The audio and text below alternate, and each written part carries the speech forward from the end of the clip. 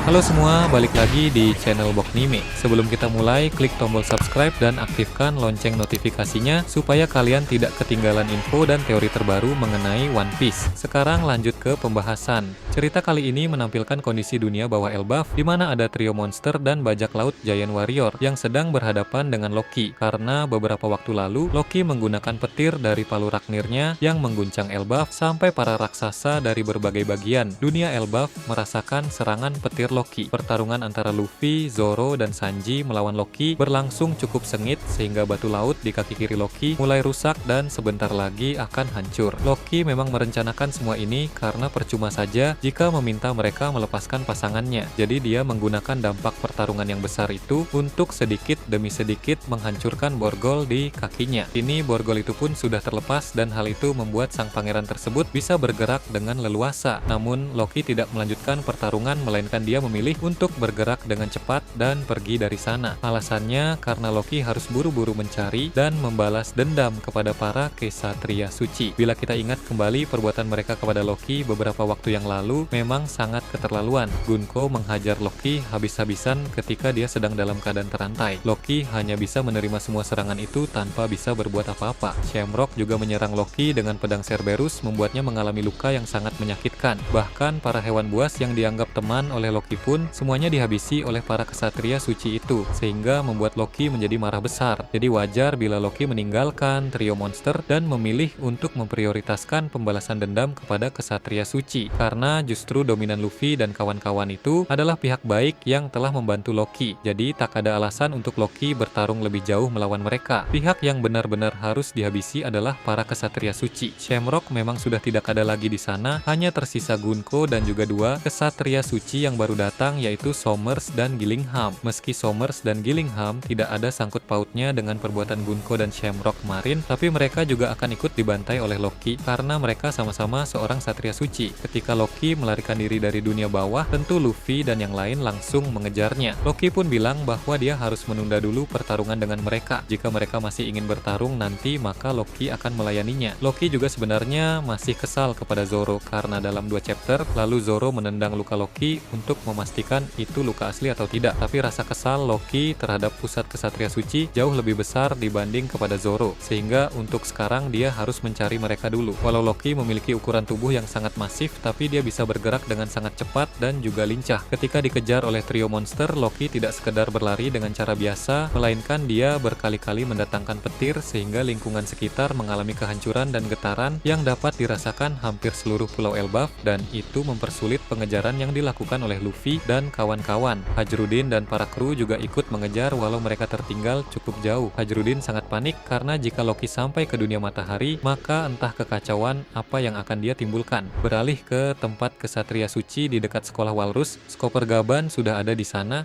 Namun kesatria suci di sana hanya tinggal Gunko dan Somers saja karena Gillingham sudah pergi untuk mengecek para murid yang tadinya berjalan sambil tidur, sebab dia merasakan bahwa murid-murid itu telah dibuat sadar oleh seseorang. Orang yang sudah membuat para murid itu tersadar ternyata Brook, musisi bajak laut topi jerami itu ditugaskan oleh Robin untuk mencari anak-anak raksasa dan menyadarkan mereka dengan kemampuan hipnosisnya. Ketika Gillingham menemukan Gunko dan para murid, Jinbe muncul lalu menghadapi kesatria suci itu, sehingga Brook bisa membawa kembali para murid ke dalam sekolah dengan aman. Di sana Somers bilang bahwa Gillingham tampaknya mendapat masalah karena belum juga kembali, sehingga dia meminta Gunko untuk mengecek keadaan di sana. Somers berkata biar dia saja yang menghadapi Skopper Gaban. Somers juga ingin Gunko melaporkan hal tersebut kepada para Gorosei dan mengkonfirmasi bahwa rumor soal Skopper Gaban ada di Elbaf ternyata memang benar dan saat ini Somers sedang menghadapinya. Gunko pun segera pergi ke area sekolah Walrus dan Somers berduel melawan Gaban. Somers sempat mencoba menggunakan kekuatan buah iblisnya untuk mengubah ketakutan Gaban menjadi nyata. Namun karena Gaban tidak takut apapun, maka kekuatan Somers pun tidak berfungsi. Jadi pada akhirnya Somers harus bertarung menggunakan senjata untuk melawan Gaban. Di sana Somers mengeluarkan berbagai teknik tebasan kuat memakai pedang miliknya sehingga beberapa ranting pohon berukuran besar yang ada di sana langsung menjadi putus. Namun Gaban dengan gesit mampu menghindari semua serangan itu. Kemudian Gaban membalas menyerang dengan tebasan yang lebih kuat terlambat memakai kedua kapaknya yang mengakibatkan bukan hanya ranting saja yang putus, tapi beberapa batang pohon besar pun tertebas dan pohon-pohon itu menjadi tumbang. Jadi di sini kalau dari segi kekuatan senjata, daya hancur serangan Gaban lebih unggul daripada Somers. Ini memang wajar karena Gaban bukan seorang pengguna buah iblis sehingga kemampuan bersenjatanya sudah sangat terasa, sedangkan Somers terlalu sering mengendalikan buah iblisnya sehingga kemampuan berpedangnya masih di bawah Gaban. Somers bilang kemampuan Gaban masih tetap mengerikan walau di usia yang sudah tua. Sambil mereka bertarung, Gaban bertanya apa tujuan kesatria suci di Elbaf. Somers menjawab bahwa dia tidak perlu menjawab sebab itu bukan urusan Gaban karena Somers tahu dia tidak akan menang jika hanya mengandalkan senjata saja. Dia pun mulai memanggil monster-monster yang sudah dia bangkitkan dari ketakutan anak-anak di Elbaf. Monster Black Nika yang sudah dikalahkan beberapa waktu yang lalu kini bangkit kembali, ditambah ada beberapa monster lagi yang mulai dibangkitkan oleh Somers karena rupanya ada beberapa monster yang sengaja dia simpan untuk dipakai pada saat-saatnya diperlukan seperti sekarang ini. Melihat para monster itu muncul membuat Gaban segera bersiap untuk bertarung dengan lebih serius. Gaban berkata sudah lama sekali dia tidak mengamuk. Somers pun bisa merasakan adanya pancaran haki yang luar biasa dari Skoper Gaban. Bahkan para raksasa yang sedang melawan monster-monster di tengah hutan pun bisa merasakan haki itu sehingga membuat mereka langsung bertanya-tanya. Namun Saul sudah tahu bahwa itu adalah haki dari Skoper Gaban. Dia pun tersenyum dan bilang akhirnya orang itu turun tangan. Ripley dan Frankie juga sudah berada di hutan dekat sekolah Walrus. Frankie bertanya-tanya siapa yang mengeluarkan haki sebesar itu. Ripley dengan bangga menjawab sudah pasti haki tersebut adalah milik Gaban. Menurut Ripley, jika Gaban sudah ikut campur dalam masalah ini, maka tak akan ada ampun lagi bagi para musuh. Jadi sang raksasa wanita itu sangat mempercayai kekuatan hebat yang Gaban miliki. Sementara itu, Gunko yang sedang mencari Gillingham menghubungi Mary Joyce untuk memberi laporan. Dia berbicara dengan para Gorosei dan bilang bahwa ternyata benar Skoper Gaban ada di Pulau Elbaf dan dia mulai mengganggu misi mereka di sana. Gorosei pun terkejut dan bilang ternyata rumor itu memang benar. Saat ini di ruangan Gorosei hanya ada 4 Gorosei saja sebab Garling sedang pergi bersama Shamrock untuk melawan pasukan revolusi. Nusjuro lalu bertanya bagaimana keadaan sekarang. Gunko bilang Somers saat ini sedang melawan Gaban. Jupiter yang mendengar itu pun bilang dia tahu bahwa Somers memang kuat tapi kekuatannya tak akan mampu untuk menghadapi orang seperti Gaban. Akhirnya para Gorosei sepakat untuk memberi Gunko izin memanggil kesatria suci lain lagi datang ke Pulau Elbaf. Gunko yang sedang mencari Gillingham pun langsung menunda pencarian itu. Dia berhenti di tempat kosong dan mengeluarkan tangannya sehingga tercipta lingkaran sihir yang baru. Petir hitam besar menyambar lingkaran sihir tersebut dan muncul seorang kesatria suci. Gaban yang saat ini sedang bertarung melawan Somers bisa merasakan hal tersebut. Gaban pun bilang dia akan menyelesaikan pertarungan dengan cepat dan memburu mereka semua. Somers lalu berkata coba saja kalau bisa. Memang Somers saat ini sedang dalam keadaan terdesak namun dia masih punya tenaga untuk melanjutkan pertarungan, ditambah dengan kesatria suci lain yang baru datang. Menurut Somers, situasi itu mulai menguntungkan dirinya. Kemudian cerita kembali memperlihatkan Loki. Dia bisa merasakan adanya haki yang aneh di dekat sekolah Walrus karena tadi Gunko menciptakan lingkaran sihir untuk memanggil rekan kesatria suci. Loki pun menduga itu haki dari musuh yang sedang dia cari-cari. Loki lalu mencari kapal awan yang dia temukan dan segera pergi ke arah sekolah itu. Trio monster memang masih mengejarnya, tapi kehancuran yang Loki timbulkan saat melarikan diri sangat merepotkan mereka sehingga mereka tertinggal karena langkah Loki memang jauh. Luffy, Zoro, dan Sanji juga tidak bisa hanya fokus mengejar Loki saja, tapi fokus mereka pun terbagi untuk menolong para raksasa di dunia matahari agar tidak terluka dari kehancuran lingkungan yang diakibatkan oleh Loki. Itulah mengapa mereka kesulitan mengejarnya. Beralih ke tempat Gunko, ketika Gunko dan Satria suci yang baru datang hendak mencari Gillingham, Loki muncul di hadapan mereka. Gunko pun sangat terkejut karena melihat Loki masih hidup dan bisa bebas. Loki tertawa dan berkata bahwa para kesatria suci akan merasakan rasa sakit berkali-kali lipat dari yang dia rasakan. Loki menatap tajam kepada Gunko di sana dan bertanya di mana kembaran Shanks itu. Gunko pun menjawab dia sudah pergi untuk menjalankan misi lain. Loki pun cukup kesal karena dendam terbesarnya adalah kepada Shamrock. Jadi berhubung Shamrock sudah tidak ada di sana, maka Loki akan melampiaskan semua kekesalannya kepada Gunko meski di sana sudah ada kesatria suci baru yang muncul, tapi amarah Loki tetap tertuju kepada Gunko karena memang satri suci yang baru datang itu tidak ada urusan dengan Loki. Gunko pun terlihat sangat panik. Dia tahu bahwa Loki memang sangat kuat. Ini pertama kalinya Gunko merasakan cukup takut ketika melawan musuh. Satria suci yang baru datang itu